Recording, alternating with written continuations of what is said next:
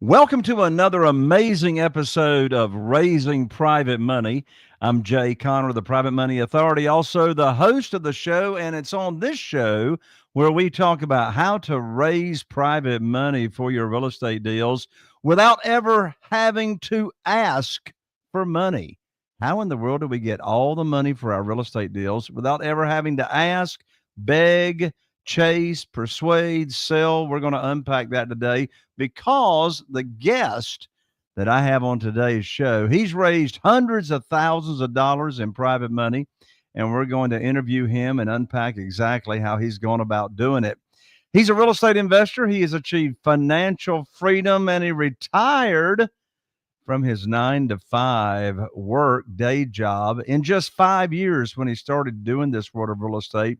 Now, he's got a passion for empowering others, and he's built a successful career using all kinds of real estate investing strategies. For example, the BRRRR method, wholesaling, transactional lending, my world of private money and private lending, and direct to seller marketing. We're going to unpack all that in just a moment.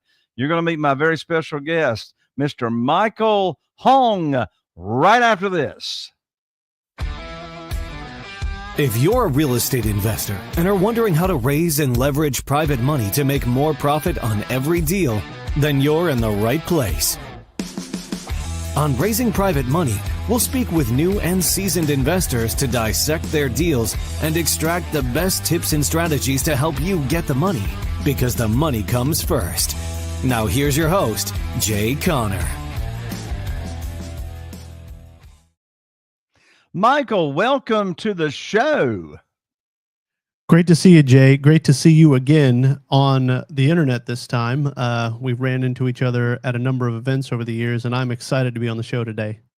Well, I'm excited to have you on the show. You've got quite a bit of background in this world of real estate investing with the BRRRR method, wholesaling, transactional lending, private lending, direct to seller marketing, all that kind of good stuff. So I'm excited to dive in and particularly talk about your experience in raising private money, because after all, that's what our audience wants to hear, is how you have gone about doing that. But let's put it on rewind for just a moment. It took you 5 years to achieve financial freedom. What were you doing while you were starting in real estate investing? So I was working in telecom. I was a risk manager, and I was traveling Monday through Friday. Every week, I was in a different city. We were on the East Coast, West Coast, Midwest, Canada, Puerto Rico. Was all over the place. And I knew this wasn't sustainable. I couldn't do this forever. And my wife was in a master's program, and she said, you can do whatever you want while you're working or while I'm in school, but when I get out and start working, you need to come home. So most people would have just found another job, brushed up their resume. I started building out a real estate business, and I started with house hacking. My first deal is where you buy a 2 to 4 unit property and you live in one unit, rent out the rest, or you buy a big house and rent out the bedrooms. Show's not about house hacking. I've told this story before many times, so I'll skip over that.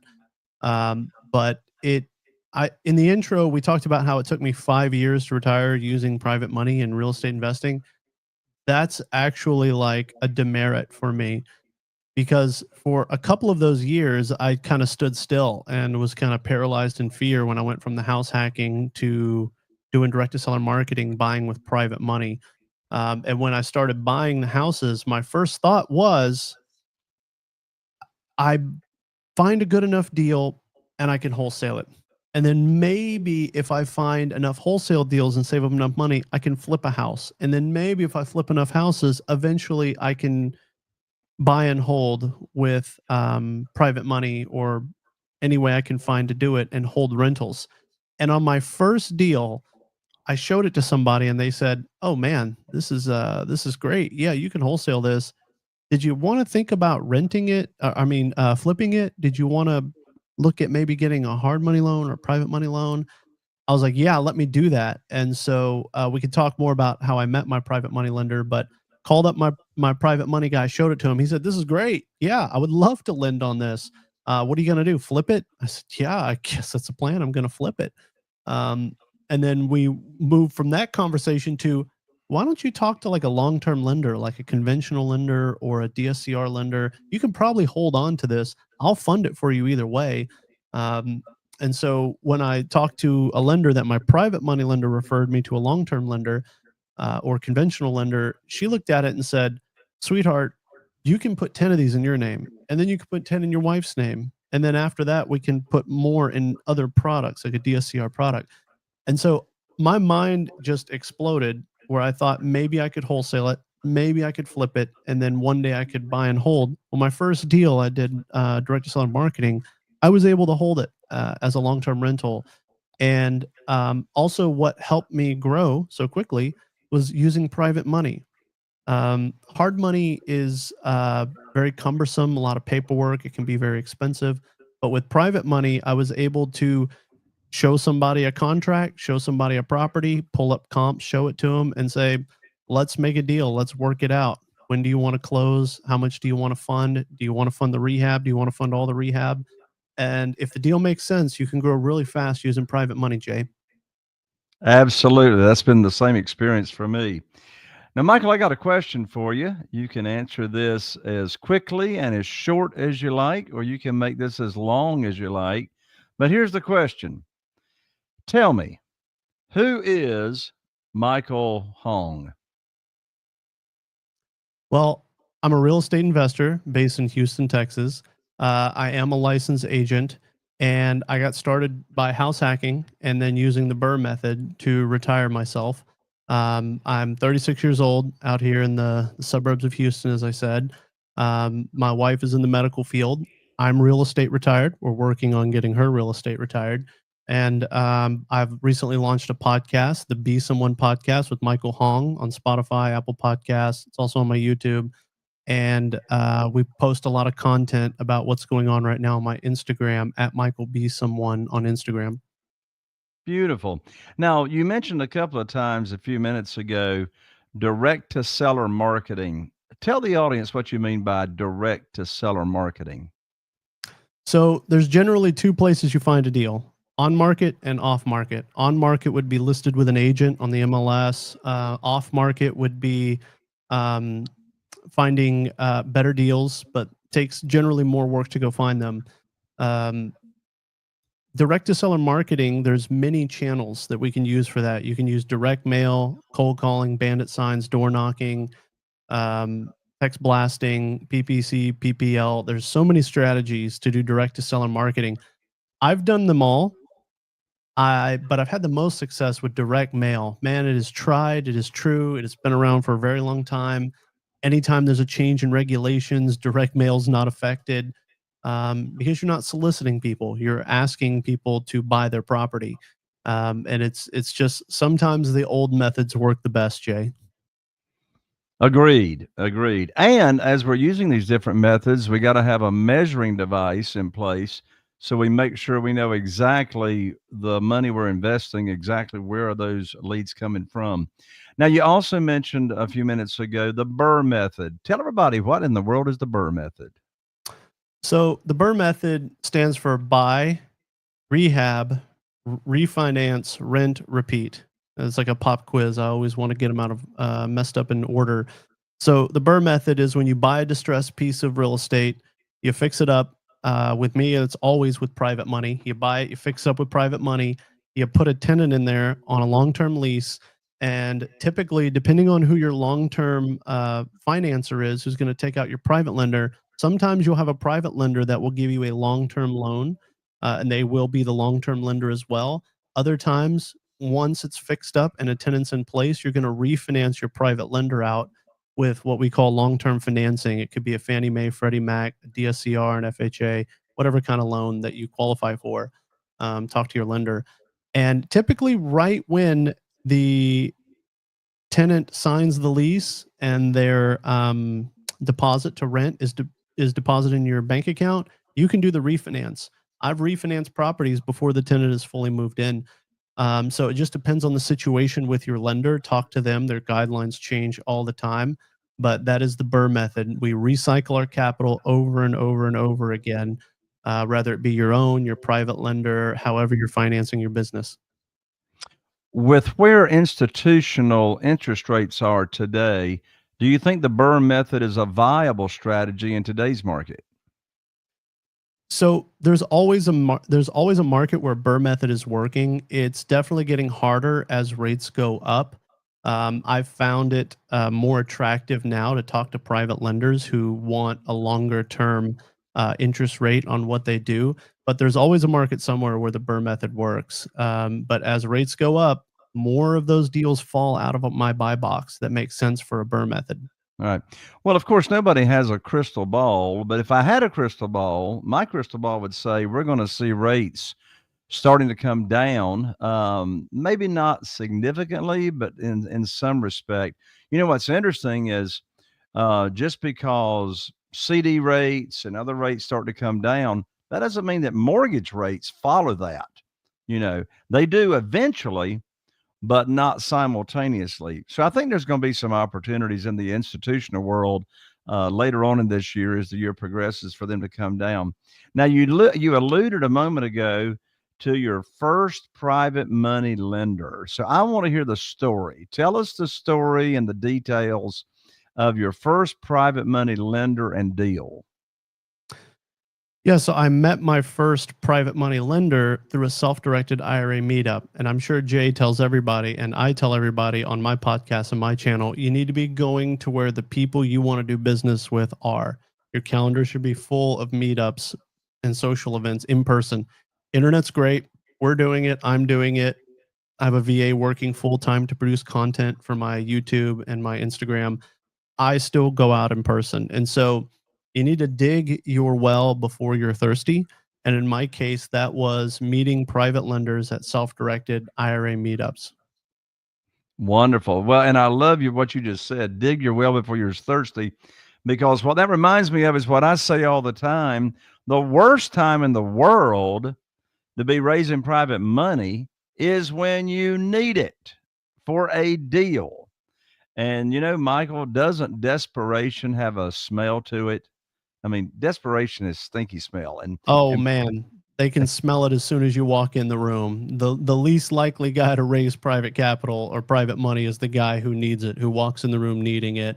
And these deals typically close in 30 days, sometimes less. So you need to already have your financing lined up and your partnerships available when these deals come along. yes.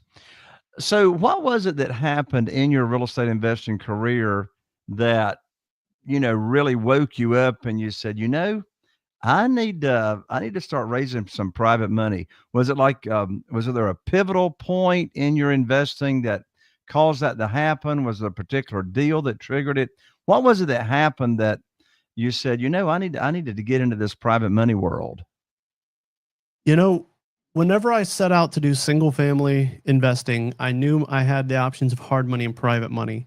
But I was fortunate enough to have someone older, wiser, and with gray hair on their head tell me that a hard money lender is not going to be there with you. A hard money lender is not going to grow with you, whereas a private money lender will. And so I was told you can go get hard money, but private money is where you want to go if you want to be in this game long term. And I also, this may not resonate with everybody, but it really did with me. I heard somebody speak about taking money from Main Street, from Wall Street, and putting it on Main Street, and that really stuck with me because a bank on the other side of the country does not care about you and me. But I feel good every time I have a payoff statement where I pay back my private money lender, and not always, but in most cases, it's in some sort of retirement account like a solo 401k or a self-directed IRA, and I know their money is tax free or tax deferred. It is the nest egg for their family and that we are passing wealth on to their family for future generations. So that really, really stuck with me. And guess what? Every time you make your private money lender some money, what do they want to do? They want to kick it right out the door as fast as they can again. So I set out long before I had a deal to say that I'm only going to use hard money if I can't find private money. And so far, I haven't used a hard money lender yet. Good for you. Now, by the way, I don't poo-poo hard money lenders. In fact, some of my best friends are hard money lenders. They've actually used my strategies that I teach in the world of private money on how to raise more money for their fund that they then lend out to real estate investors. So, I say establish as many relationships as you can. You definitely don't want to pass up on a deal if the math still makes sense. But as you say, private money is the way to go. Why do you like private money, say, over any kind of institutional money? I've got 20 reasons why I love private money. I want to hear a few of yours. Well, some people might say it can be less paperwork. Some people might say because the rates and terms are negotiable, it's whatever works for everybody. Man, what I really like is just calling up somebody and say, "Hey, I got another one. I'm emailing it to you now. Do we want to use the same title company?" There's a whole different relationship for me. I have several private money lenders, but my first one and my main one, he'll go walk the property with me. And he has MLS access. He had a real estate license that he keeps just to keep MLS access. I loved walking a property with a private money lender. And for me, a seasoned lender, it was like any lender who knows what they're doing is asking themselves, am I if I'm gonna loan, I could possibly own.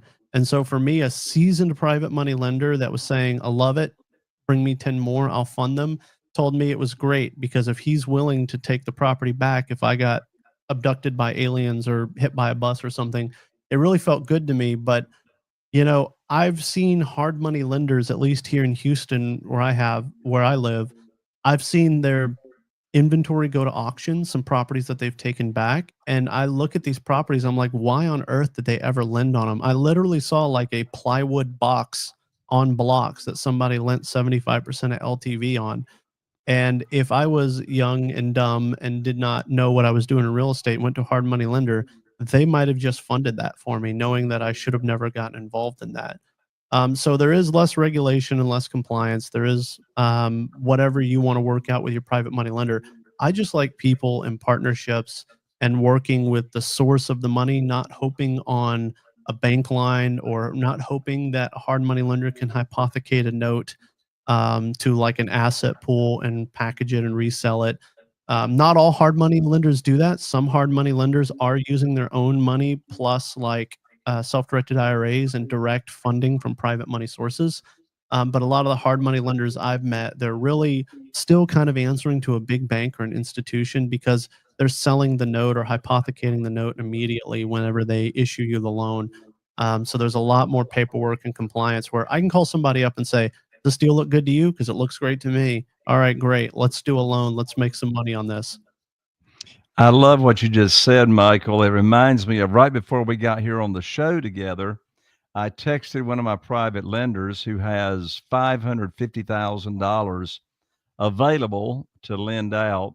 And I texted them and I said, I can put $150,000 of your funds together or put it to work right now of that 550. And I said, I'm looking to close in 2 days. So I'll need your funds wired to my real estate attorney's trust account anytime between now and 48 hours from now. And so he texted back. He said, no problem. I'll have it wired this afternoon. So here's my question, Michael. Where else can you go get funding for your deal and get it closed within 48 hours? It doesn't exist. Jay, it does not exist.